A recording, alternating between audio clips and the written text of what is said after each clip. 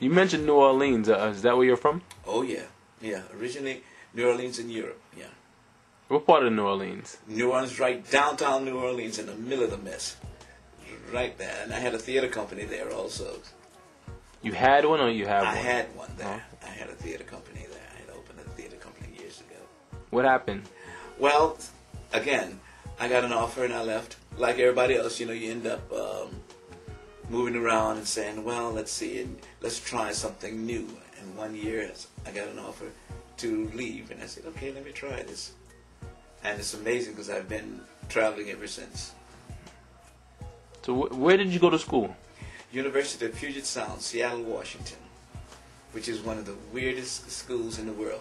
But you know why? Because I like it so much. Because you cannot graduate unless you know everything. I mean, I'm literally serious about this.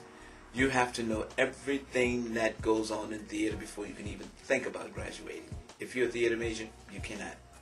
You have to know stage manager, lighting, sets, dancing, singing, hanging wall, walking the street side with everything. You have to literally know it. I've seen people stay there for 4 and 5 years just, trying to get it right, because they're not going to let you out there until you do. How important do you think a formal education is for your working in theater? Okay, it's important, but it's not the end-all be-all. What I have found is we live on a daily basis right now. Everybody is an actor, and I use that, literally, because you're dealing it on a daily basis. You sit down and talk with someone, and you watch their mannerisms. You said, oh, okay, fine, this is what I can use, what it can. So, if you have that accolades from schooling, then that's wonderful. It can help you further because it does give you some background and some support. But if not, I've known people just come out the street, tear up a role. Because, like I said before, I'm street smart. Street smart is wonderful, but it's still not trained, and they still must learn that. There is an art to being street smart. We just can't be hoodlums all the time. There's a like I said, there's a way to be a hoodlum. Would you encourage young people to get into this field? Oh, most definitely. Most definitely. You know why? Because it's a skill. Remember, when everybody else is home sleeping at night, we're up studying a script. We're running during the daytime because we got to survive with a job. So therefore, you're doing two things that you have to do. This business is not going to afford to take care of you all your life. So you have to have 2 or 3 things. Yes, I do encourage them to do it because it's exciting. And I like most new people come into theater. That's why they come into it, because they want to feel like they're part of something. It's exciting. Let's use that for the better word. Who are some of your influences in theater world? Who? I work under Debbie Allen, Felicia Richard. We've all worked together. Maurice Hines, who has a new Broadway show out now. Richard Roundtree, Sir James Randolph, Norma Donaldson. Oh, I mean, these are people who have been out here for years. What's her name? Oh God, I can't. She did Me and Bessie. I can't think what's her name now.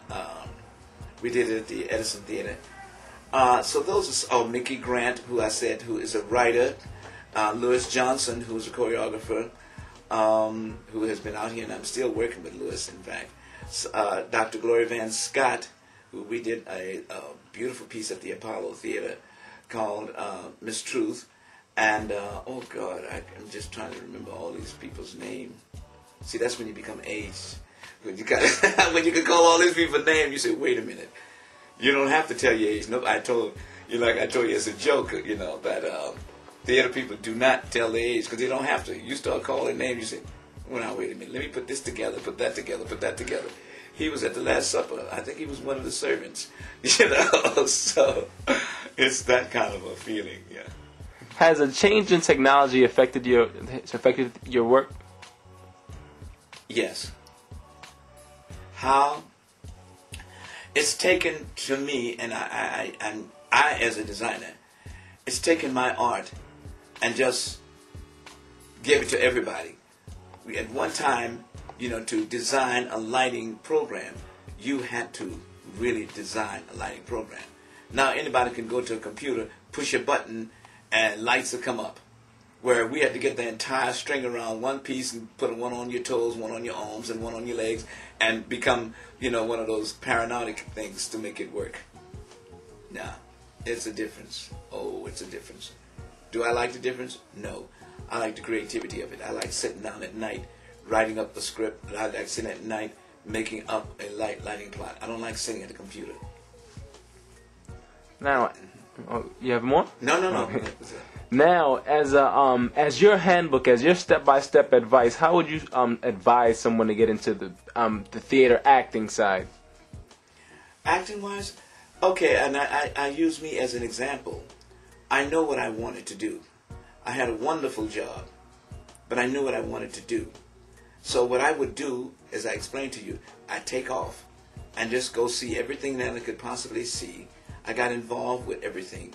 When I found the show that I thought I was right for, I put all my energies into it. I learned the role. I learned the characters. And then when there was an audition.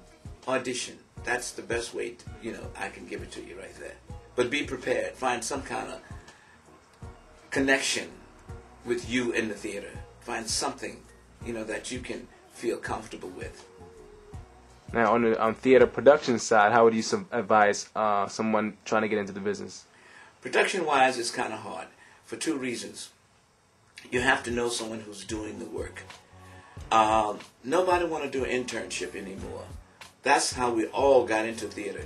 You go and you say, well, listen, I'll come and move a set for you this time, or I'll come and help you block this next time, or I'll come and help you. And then when you learn enough about it, the director or the designer will say, okay, come on in and help me, because I know now you can do it. Here is a fee for it. But nobody wants to do that. Everybody wants to come in now and earn top dollar. And I think that's a mistake, because it takes away from all your artistry. Artistry pays, but you have to be sure that you know what you're doing.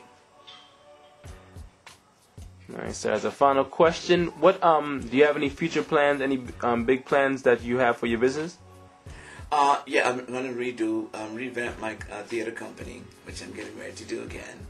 And I'm going to go back to teaching basic acting again, because that's what I want to do. Thanks a lot, Mr. Christophe. Okay, until then, it's on you.